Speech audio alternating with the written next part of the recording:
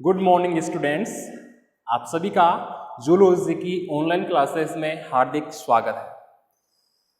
पिछली क्लास में अपन ने जो टॉपिक लिया था वो था एंटीजन एंटीबॉडी रिएक्शंस में फर्स्ट एग्जाम्पल लिया था अपन ने, वो था अवक्षेपण का, प्रेसिपिटेशन का, जिसमें अपन ने उसकी डिटेल भी देखी थी, उसका डायग्राम भी बनाया था। और न्यूट्रलाइजेशन की अगर हम नॉर्मल बात करें एक दो लाइन में, तो न्यूट्रलाइजेशन एक ऐसी प्रोसेस थी जिसमें कोई भी जो एंटीजन है अपने से संबंधित या रिलेटेड एंटीबॉडी से अदर्स फैक्टर्स जो हैं जैसे पीएच है, इलेक्ट्रोलाइट्स हैं जैसे NaCl, इनकी उपस्थिति में अगर मिलता है तो एक हार्ड नॉन सोल्यूबल अवक्षेप बना लेता है, जिसे अपन बोल रहे थे प्रेसिपिटेशन। प्रेसिपिटेशन की जो रिएक्शन है वो किस काम में ली जाती है? किसी भी होस्ट की बॉडी में एंटीजन का पता लगाने के लिए या फिर उस होस्ट की बॉडी में संक्रमण या इन्फेक्शन की जांच करने के लिए ये रिएक्शन की जाती है। इसके अलावा जो क्वालिटी डिपेंड कर रही थी अवक्षेपण की, वो किस पे ऊपर डिपेंड कर रही थी? एंटीजन एवं एंटीबॉडी की मात्रा या परसेंटेज के आधार पर ये इसकी क्वालिटी डिपेंड कर रही थी। तो ये तो था अपना प्रेसिपिटेशन यानी कि अवक्षेपण। सेकंड जो अपनी रिएक्शन आएगी एंटीजन एंटीबॉडी रिएक्शंस में, जो सेकंड रिएक्शन है अपनी वो है समूहन। समूहन जिसे बोलते हैं एग्लूटिनेशन। एग्लूटिनेशन जिसे बोलते हैं समूहन। इसका एग्जाम्पल आपके सामने मैंने एक बार पहले भी दिया था पिछली क्लासों में। वो ये था कि जो एग्लूटेशन या जो समूहन है वो एक इम्यूनोग्लोबुलिन द्वारा की जाती है, वो थी IgM। याद आया आपको कुछ? तो आज अपन एग्लूटिनेशन यानी कि समूहन की जो क्रिया है, जो रिएक्शन है, उसके ऊपर विस्तार पूर्वक चर्चा करेंगे, जैसा कि अपन ने प्रेसिपिटेशन पे किया था। तो सबसे पहले नॉर्मल जानकारी, जो एग्लूटिनेशन है वो किन्हीं कण समान एंटीजन के अपने से रिलेटेड एंटीबॉडी के संपर्क में आने पर, वापस सुना, कण समान एंटीजन अपने से संबंधित एंटीबॉडी से आदर्श पीएच इलेक्ट्रोलाइट्स की उपस्थिति में अगर मिलता है, यही बात अपन ने प्रेसिपिटेशन में भी लिखी थी कि कोई भी एंटीजन है अपने से संबंधित एंटीबॉडी से आदर्श पीएच इलेक्ट्रोलाइट्स की उपस्थिति में अगर मिलता है तो वह एंटीबॉडी के साथ मिलकर एक समूह है या गुच्छा बना लेता है। एक समूह है जिसे बोलते हैं ग्रुप या गुच्छा बना लेता है, इसे बोलते हैं अपन एग्लूटिनेशन। एग्लूटिनेशन में स्पेशल क्या हो रहा है वो सुनना। अच्छा, इसमें स्पेशल क्या बन रहा है? समूह या गुच्छा बन रहा है। किनका? सेल्स का। सेल कौन कौन सी है? संबंधित एंटीजन है और एंटीबॉडी है, इन दोनों में गुच्छा बन रहा है। अब ध्यान देना, ये जो एग्लूटिनेशन की जो रिएक्शन है, ये प्रेसिपिटेशन की जो रिएक्शन थी उसकी तुलना में अति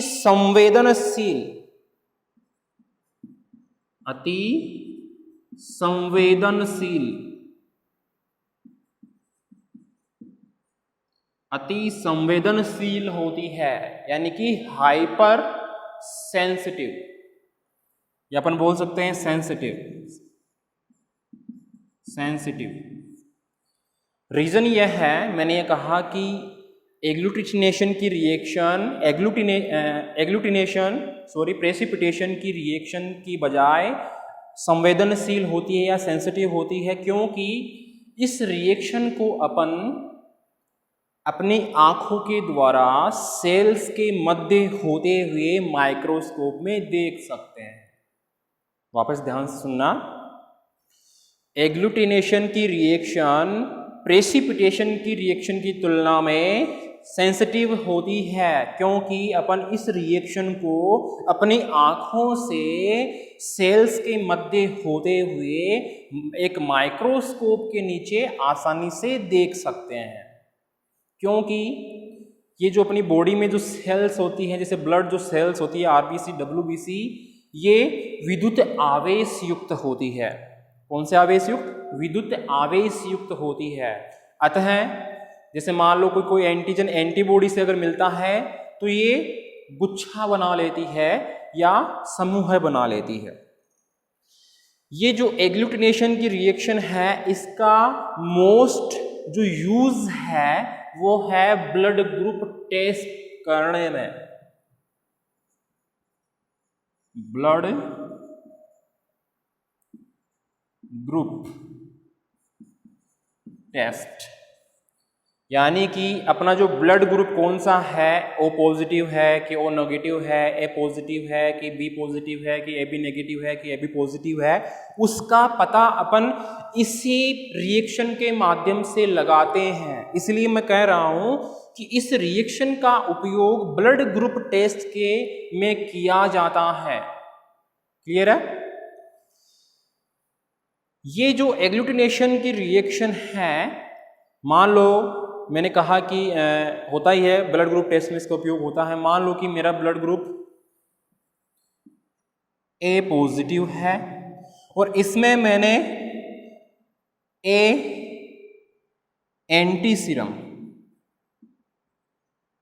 आपने बीएससी फर्स्ट ईयर में ब्लड ग्रुप टेस्ट का प्रैक्टिकल किया है लैब में, और मैंने आपको क्लियरली उसमें समझाया था कि जो ब्लड ग्रुप टेस्ट किया जाता है वो कैसे किया जाता है, उसमें कौन कौन सी एंटी सीरम्स अपन मिलाते हैं, वो सारी की सारी प्रोसेस मैंने आपको बताई थी। तो वो चीज़ अगर आपको याद आ रही है तो आसानी से आप एग्लूटिनेशन की रिएक्शन बिना पढ़े भी लिख सकते हो।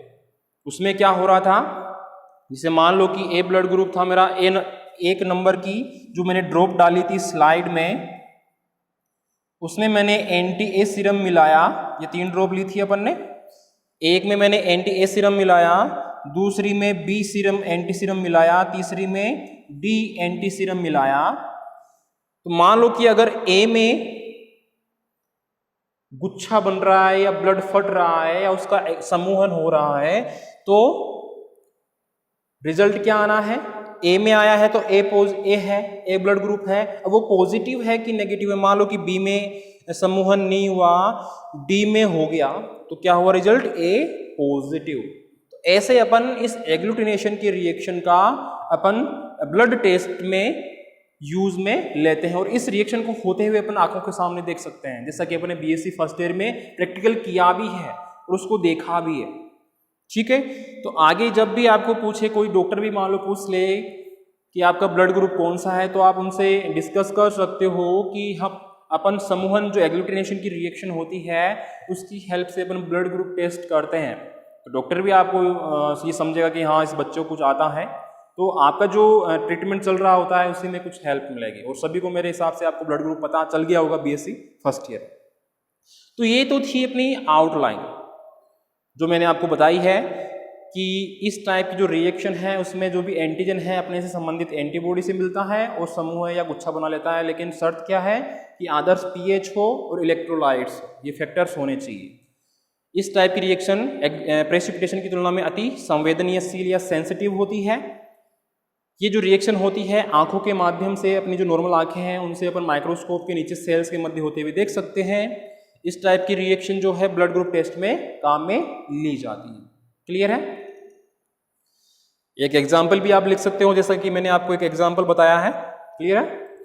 अब रह जाता है इसका डायग्राम कि सर आप कह रहे हो कि ये अपन आंखों से माइक्रोस्कोप के नीचे सेल्स के मध्य होते हुए रिएक्शन देख सकते हैं, तो एक डायग्राम तो बताइए सर जिसमें अपन हम समझ सके कि ये कैसा होता है। तो एक डायग्राम बनाते हैं अपन इसका, ध्यान से देखना।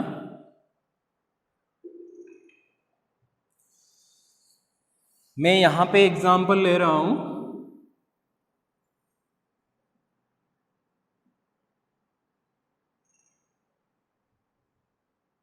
एक erythrocyte RH positive red RBC cell का, साइड में लिख रहा हूं मैं,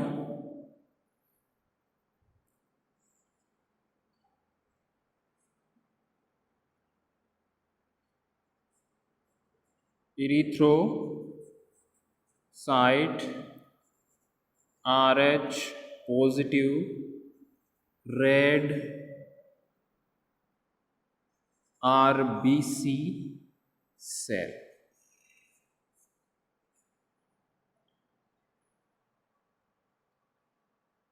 ठीक है, मैंने erythrocyte RH positive red RBC cell लिया है। ठीक है, ये वाला।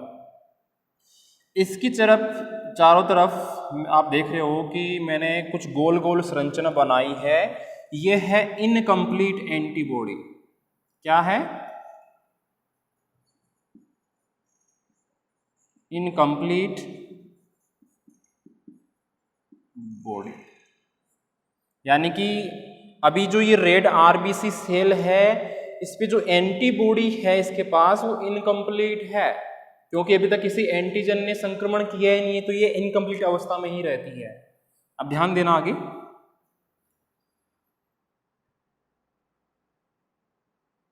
जैसे ही किसी एंटीजन ने इन्फेक्शन किया या ब्लड ट्रांसफर अपन ने किया,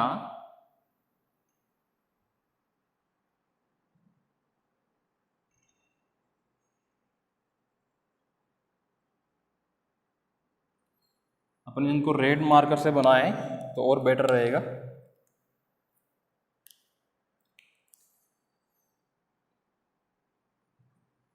ब्लैक से ही सही रहेगा, क्योंकि अपन को एक चीज और ऐड करनी है, उसको अपन रेड से शो करेंगे तो और क्लियरली समझ में आएगा।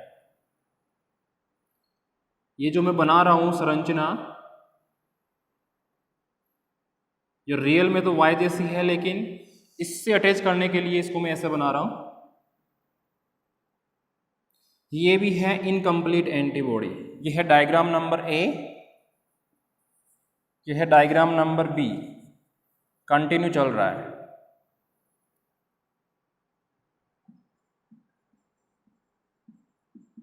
Incomplete antibody.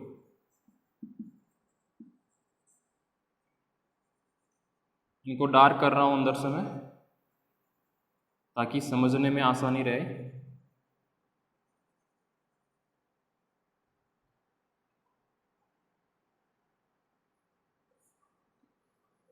अगला डायग्राम, या अपन इनके बीच प्लस भी लिख सकते हैं। ये कोई आरबीसी सेल थी, उसको कोई इनकम्प्लीट एंटीबॉडी, या ये नॉर्मल आरबीसी सेल अपनी बॉडी में है, जैसे किसी एंटीजन ने अपनी बॉडी में अटैक किया या कोई ब्लड ट्रांसफर हुआ अपनी बॉडी में, तो ये जो इनकम्प्लीट बॉडी है जिसने तुरंत बनी है, उस टाइम इनकम्प्लीट। ये कंप्लीट कब होगी? जब ये इससे आके जुड़ जाएगी तो कंप्लीट हो जाएगी। तो ये जो स्टार्टिंग में अपने डायग्राम में से बनाया था, ध्यान से देखते जाना, ये वाली इनकम्प्लीट एंटीबॉडी इसको ऐसे कवर कर लेगी, ऐसे ऐसे।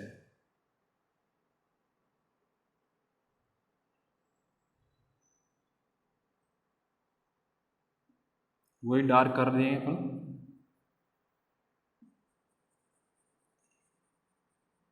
अगर आपको कोई भी डाउट हो डायग्राम में, तो डाउट क्लास में आप पूछ लिया करो, कोई दिक्कत नहीं है।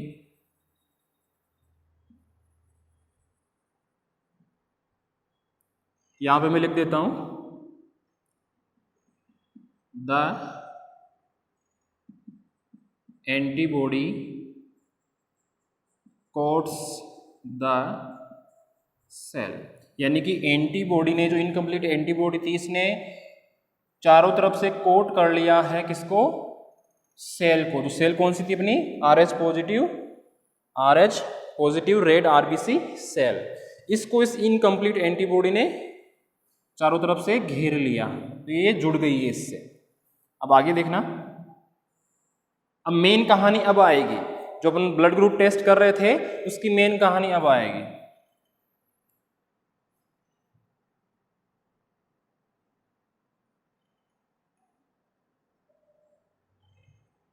ये जो मैं डायग्राम बना रहा हूं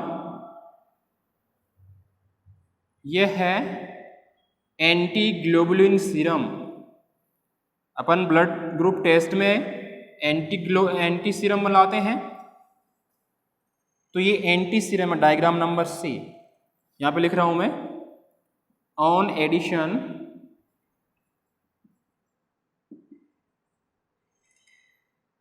addition anti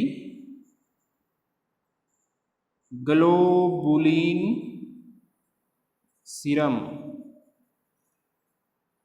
on addition anti globulin serum, यानी कि अपन ने इस कंप्लीट एंटीबॉडी जो सेल है, यानी कि जो आरबीसी रेड आरबीसी सेल थी, इसको एंटीबॉडी ने कवर कर लिया है, इसलिए अब ये कंप्लीट टाइप की एंटीबॉडी हो गई है। लेकिन अपन ने इसमें अब क्या ऐड कर दिया है, एंटी ग्लोबुलिन सीरम, क्योंकि अपन को एग्लूटिनेशन की रिएक्शन दर्शानी है। जो एंटी ग्लोबुलिन सीरम में अपन ने ऐड किया है, तो ये क्या करेगा, ध्यान से देखना,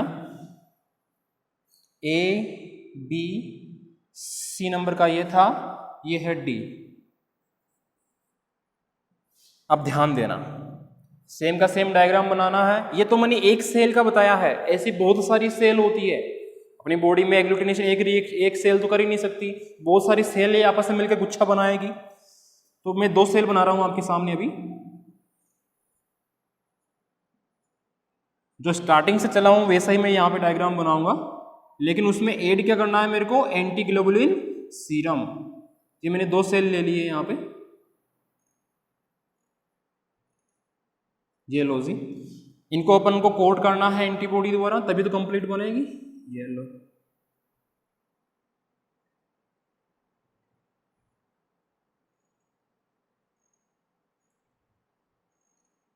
सेम ऐसा ही डायग्राम, ये वाला, ये लो,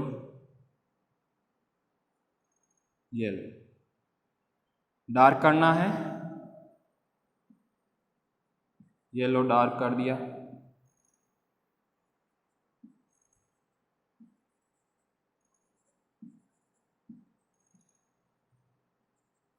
क्लियर है। लेकिन अपन ने यहाँ पे, ये तो सेम कहानी हो गई, लेकिन अपन ने यहाँ पे ऐड किया है एंटी ग्लोबुलिन सीरम। तो ये जो एंटी ग्लोबुलिन सीरम है, ये ऐसे इन दोनों सेल को आपस में जोड़ देगा और गुच्छा बना देगा। जैसे इसको मैं यहां पे करूं ऐसे, ये एंटी ग्लोबुलिन सीरम इससे जुड़ गया, रेड मार्कर से शो कर देता हूं मैं।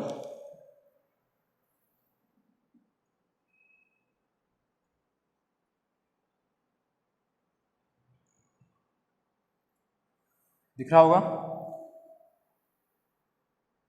एक यहां पे बनाता हूं मैं,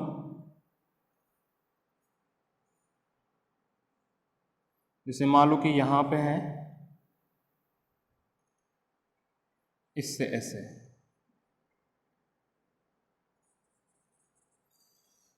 यानी कि यहां पे अपन देख रहे हैं कि जो red RH positive red RBC जो सेल है, इसमें अगर एंटी ग्लोबुलिन सीरम अपन ऐड करते हैं तो ये कई red RBC RH positive cells का गुच्छा बना देता है कुछ ही टाइम में, कुछ ही सेकंड्स में। तो ये अपन कह सकते हैं कि ये कंप्लीट एंटीबॉडी है। अपन लिख सकते हैं diagram number E,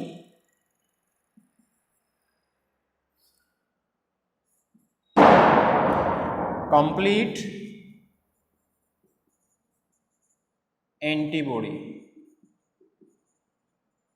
complete antibody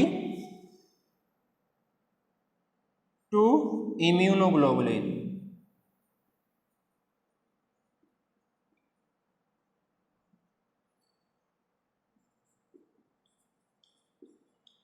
agglutination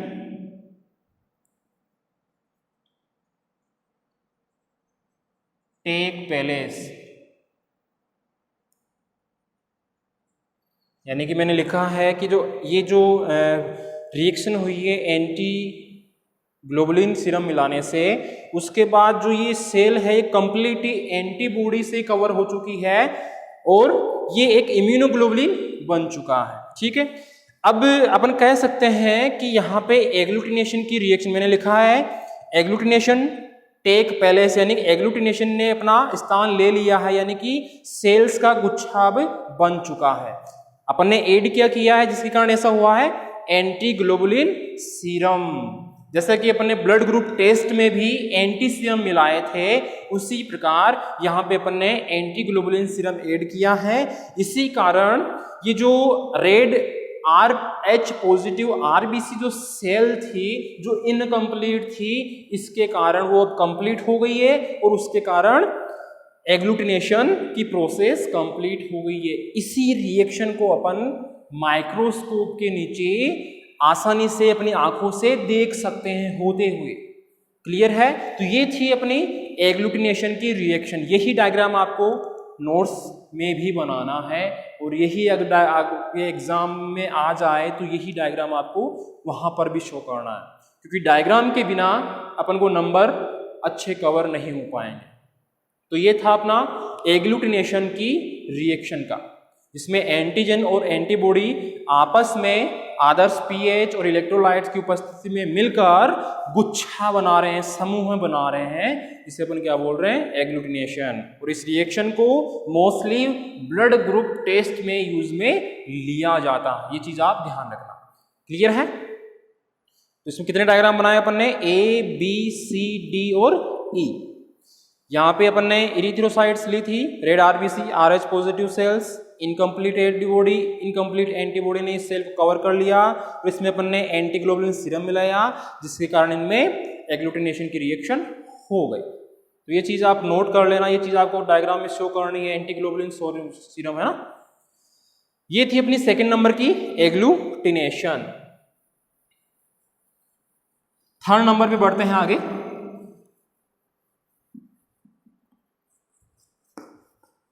third number की जो अपनी रिएक्शन है वो है न्यूट्रलाइजेशन, जिसे बोलते हैं उदासीनीकरण। उदासीनीकरण यानी कि उदासीन बना देना, न्यूट्रल बना देना, इसे बोलते हैं न्यूट्रलाइजेशन।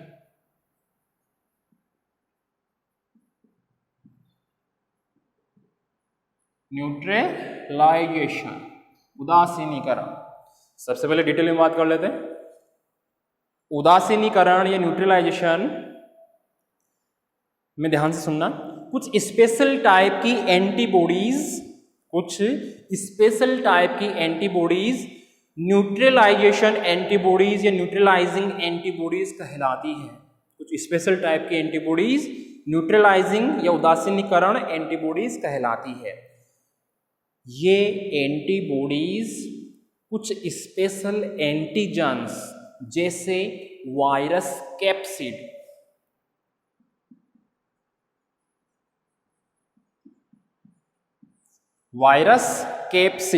यानी कि वायरस के चारों ओर जो आवरण होता है प्रोटीन का बना हुआ, जिसे अपन बोलते हैं कैप्सिड, उसकी बात कर रहा हूं, ध्यान सुनना। इस टाइप की एंटीबॉडीज कुछ स्पेशल टाइप के वायरस एंटीजन जैसे वायरस कैप्सिड को होस्ट की बॉडी की सेल से अटैच नहीं होने देती है। यानी कि न्यूट्रलाइजेशन एंटीबॉडीज ऐसी एंटीबॉडीज होती है या ऐसी स्पेशल एंटीबॉडीज होती है जो कुछ स्पेशल टाइप के एंटीजेंस जैसे वायरस कैप्सिड को किसी होस्ट की बॉडी की सेल से अटैच होने के लिए रोकती है। इस टाइप की एंटीबॉडीज या न्यूट्रलाइजिंग एंटीबॉडीज एग्लूटिनेशन की रिएक्शन द्वारा ऐसी एंटीजेंस का गुच्छा बनाती है या समूह बनाती है। वापस रिपीट कर रहा हूं, जो न्यूट्रलाइजिंग एंटीबॉडीज है वह ऐसे एंटीजेंस का एग्लूटिनेशन की रिएक्शन के माध्यम से गुच्छा बनाती है, समूह बनाती है और उन्हें फेगोसाइटोसिस की रिएक्शन के माध्यम से मार देती है। यानी कि जो न्यूट्रलाइजिंग एंटीबॉडीज है वो एग्लूटिनेशन की रिएक्शन करके उस एंटीजन का या वायरस का गुच्छा बना देगी और उसको फेगोसाइटोसिस की रिएक्शन के माध्यम से मार देगी। क्लियर है? इस टाइप की जो न्यूट्रलाइजिंग या उदासीनीकारक एंटीबॉडीज होती है, प्रतिरक्षियां होती है, वो टॉक्सिन हार्मफुल मॉलिक्यूल या टॉक्सिन जो पदार्थ होते हैं, मॉलिक्यूल्स होते हैं, उनको नष्ट करने का काम भी करती है। यानी कि अपनी बॉडी में मान लो कि बाहर से कोई भी हानिकारक पदार्थ आ रहा है, चाहे वो एंटीजन के रूप में हो, चाहे प्रोटीन के रूप में हो, उसको नष्ट करने का काम भी कौन करती है? उदासीनीकरण की रिएक्शन, या एक प्रकार की क्या है ये? एंटीबॉडीज ही है। जो न्यूट्रलाइजेशन है या जो उदासीनीकरण है, क्या है? एक प्रकार की एंटीबॉडीज ही है। उनके द्वारा ही, उन एंटीबॉडीज के द्वारा ही ये उदासीनीकरण की रिएक्शन की जाती है। तो ये था अपना उदासीनीकरण, जिसमें अपन को बताना है कि जो कुछ स्पेशल टाइप की जो एंटीबॉडीज होती है वो उदासीनीकारक या न्यूट्रलाइजेशन एंटीबॉडीज कहलाती है, जो कुछ स्पेशल एंटीजन जैसे वायरस कैप्सिड से ही रिएक्शन करती है और उसे होस्ट की बॉडी से या उसकी सेल से अटैच होने के लिए रोकती है। और ये एंटीबॉडीज एग्लूटिनेशन की रिएक्शन कर गुच्छा बनाती है एंटीजन्स का और उन्हें फेगोसाइटोसिस की रिएक्शन से मार देती है। ये लो जी, 3rd नंबर की रिएक्शन भी हो गई अपनी। इसमें कोई स्पेशल डायग्राम नहीं बनाएंगे अपन, इतना सिंपल ही है। बढ़ते हैं अपन 4th रिएक्शन की तरफ। 4th रिएक्शन है अपनी पूरक तंत्र। क्या है? पूरक तंत्र, जिसे बोलते हैं कॉम्प्लीमेंट्री सिस्टम या फिर कॉम्प्लीमेंट सिस्टम।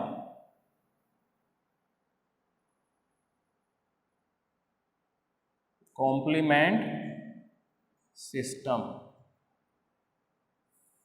इसका जिक्र अपने पहले क्लास में हुआ था एक बार,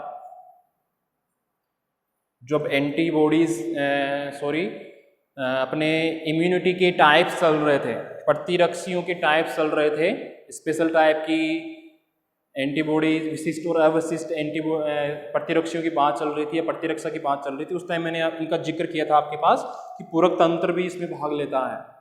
तो वो कॉम्प्लीमेंट सिस्टम क्या है उसके बारे में चर्चा करेंगे अपन। ध्यान से सुनना। कॉम्प्लीमेंट सिस्टम या पूरक तंत्र, यह एक ऐसा सिस्टम है या ऐसा फैक्टर्स का एक स्पेशल सिस्टम है, या मैं कहूं यह कुछ स्पेशल फैक्टर्स का एक सिस्टम होता है।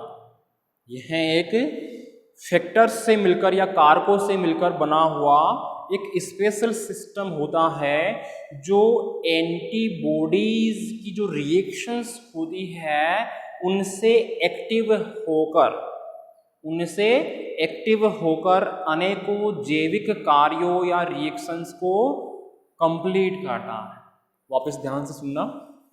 पूरक तंत्र एक ऐसा स्पेशल सिस्टम है जो फैक्टर्स से मिलकर बना होता है, कुछ स्पेशल फैक्टर्स से मिलकर बना हुआ होता है। यह सिस्टम एंटीबॉडी रिएक्शंस से एक्टिव होकर कुछ स्पेशल टाइप की जैविक क्रियाओं या बायोलॉजिकल रिएक्शंस को कंप्लीट करता है। क्लियर है? यानी कि ये क्या है? ये कारकों का बना हुआ तंत्र है, फैक्टर्स का बना हुआ तंत्र है या सिस्टम है। कॉम्प्लीमेंट सिस्टम खुद में या स्वयं में एक अकेला पदार्थ नहीं है। सुन रहे हो आप? ये अकेला पदार्थ नहीं है। जैसे मैं इसको नाम दूं, मान लो कि एक, तो ये एक खुद अकेला नहीं है, ये बहुत छोटे छोटे अंशों से मिलकर बना हुआ होता है। वो काय के होते हैं अंश? ध्यान से सुनना, वापस रिपीट कर रहा हूं। यह सिस्टम स्वयं अकेला सबस्ट्रेट या पदार्थ नहीं है, बल्कि यह 9 टाइप के, कितने? 9 टाइप के प्रोटीन अंशों से मिलकर बना हुआ होता है। तो वही बात आ गई, मैंने कहा कि ये जो सिस्टम है 9 टाइप के प्रोटीन के अंशों से मिलकर बना हुआ होता है। उस प्रोटीन को अपन क्या बोल रहे थे स्टार्टिंग में, फैक्टर या कारक। तो 9 प्रकार के प्रोटीन के अंशों से मिलकर बना हुआ होता है, लेकिन इन 9 में से अपन इनको जो नाम देते हैं C1 से लेके C9 तक। C कहां से लिया है, यहाँ पे कॉम्प्लीमेंट से C लिया है। तो जो मैं बता रहा हूं कि ये जो सिस्टम है ये 9 टाइप के प्रोटीन के अंशों से मिलकर बना हुआ होता है। इनको नाम दिया गया है C1 से लेके C9 तक। लेकिन जो C1 है ये 3 उप इकाइयों से मिलकर बना होता है। 3 उप इकाइयों से मिलकर बना होता है। वो 3 उप इकाइयां कौन सी होगी, C1, C2 एवं C3।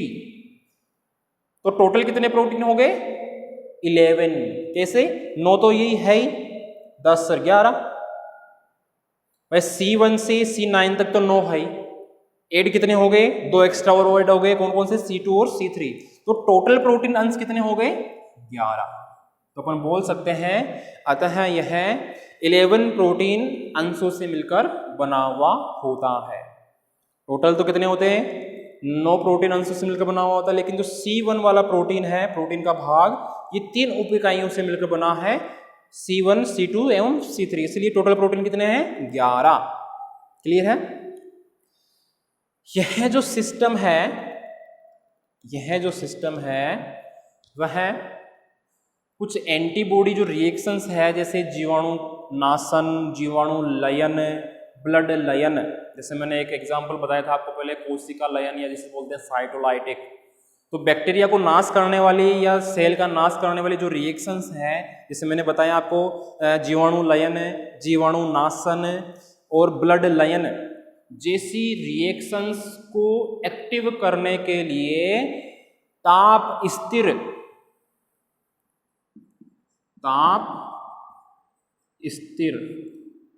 इंग्लिश में बोलेंगे हीट लेवल। ध्यान से सुनना, कुछ एंटीबॉडी रिएक्शंस जैसे जीवाणु लयन, जीवाणु नाशन या ब्लड लयन, जो भी लाइटिक रिएक्शंस है, लयन करने वाली है, उन सभी रिएक्शंस को एक्टिव करने के लिए कुछ ताप स्थिर या हीट लेवल फैक्टर्स या कॉम्प्लीमेंट या पूरक की आवश्यकता होती है। वो क्या होते हैं मैंने आपको डिटेल में बता ही दिया है। अगर अपनी बॉडी में कोई भी इंफेक्शन नहीं है, कोई भी एंटीजन एंटीबॉडी रिएक्शन नहीं हो रही है, तो ये अक्रिय अवस्था में रहते हैं। ये जो मैंने बताए हैं कॉम्प्लीमेंट सिस्टम 9, ये अक्रिय अवस्था में बॉडी में पड़े रहते हैं। लेकिन जैसे ही कोई एंटीजन एंटीबॉडी रिएक्शन होगी तो यह एक्टिव होकर चेन लाइक स्टेप्स में वर्क करना या रिएक्शन करना स्टार्ट कर देंगे। कौन सी, चेन लाइक यानी श्रृंखलाबद्ध क्रियाएं करना स्टार्ट कर देंगे। कब करेंगे, जब कोई बॉडी में एंटीजन एंटीबॉडी रिएक्शंस होगी, जैसे मैंने नाम बताया आपको ब्लड लयन जैसी या जीवाणुनाशक जैसी। यानी कि नॉर्मल ऑल ओवर बताऊं मैं आपको डिटेल शॉर्ट में, तो ये जो कॉम्प्लीमेंट सिस्टम है ये कुछ कारकों का एक स्पेशल सिस्टम है या प्रोटीन से मिलकर बना हुआ एक स्पेशल सिस्टम है। जो प्रोटीन कितने हैं, टोटल 11 टाइप के, वैसे तो 9 प्रकार के, लेकिन टोटल कितने हैं, 11। मैंने डिटेल बता दी क्यों है, ठीक है।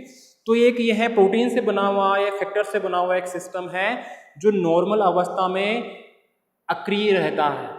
यानी कि जब ये सक्रिय कब होगा, ये जब कोई बॉडी में इंफेक्शन होगा या एंटीजन एंटीबॉडी रिएक्शन होगी, तब यह एक्टिव होगा। एक्टिव होकर ये चेन लाइक रिएक्शंस करेगा। क्लियर है। तो ये था अपना कॉम्प्लीमेंट सिस्टम। यहाँ पे जो क्वेश्चन बनेंगे आपके वो बनेंगे कॉम्प्लीमेंट सिस्टम क्या है। तो आपको डेफिनेशन देनी है कि यह फैक्टर से मिलकर बना हुआ, कुछ स्पेशल फैक्टर से मिलकर बना हुआ एक ऐसा सिस्टम है जो कुछ स्पेशल टाइप की रिएक्शंस, एंटीबॉडी रिएक्शंस जैसे जीवाणुनाशन, जीवाणुलयन, ब्लड लयन जैसी क्रियाओं को एक्टिव करने के लिए ताप स्थिर हीट लेवल फैक्टर्स या कॉम्प्लीमेंट की आवश्यकता होती है। यह सिस्टम प्रोटीन के अंशों से मिलकर बना हुआ होता है। ये सारा सिस्टम आप बता देना तो आपके पूरे नंबर कवर। छोटा क्वेश्चन जो बनता है वो यहाँ से बनता है। कॉम्प्लीमेंट सिस्टम कितने प्रोटीन अंशों से मिलकर बना हुआ होता है, या इसमें टोटल कितने प्रोटीन होते हैं, या जो C1 प्रोटीन का अंश है ये कितनी उप इकाइयों से मिलकर बना हुआ होता है। तो ये था अपना कॉम्प्लीमेंट सिस्टम। क्लियर है। नेक्स्ट क्लास में अपन अगली रिएक्शन की बात करेंगे जो है फेगोसाइटोसिस, जिसे बोलते हैं भक्षाणुनाशन। तो अब तक अपने ये 4 रिएक्शन कंप्लीट हो चुकी है, antigen antibody reactions. First number पे थी अपनी अवक्षेपण, जिसे बोल रहे थे प्रेसिपिटेशन। सेकेंड नंबर पे थी अपनी एग्लूटिनेशन, जिसे बोल रहे थे समूहन। थर्ड नंबर पे अपने बात करी उदासीनीकरण, जिसे बोलते हैं न्यूट्रलाइजेशन। फिर अपन ने बात करी पूरक तंत्र की, जिसे बोलते हैं कॉम्प्लीमेंट सिस्टम। क्लियर है। धन्यवाद।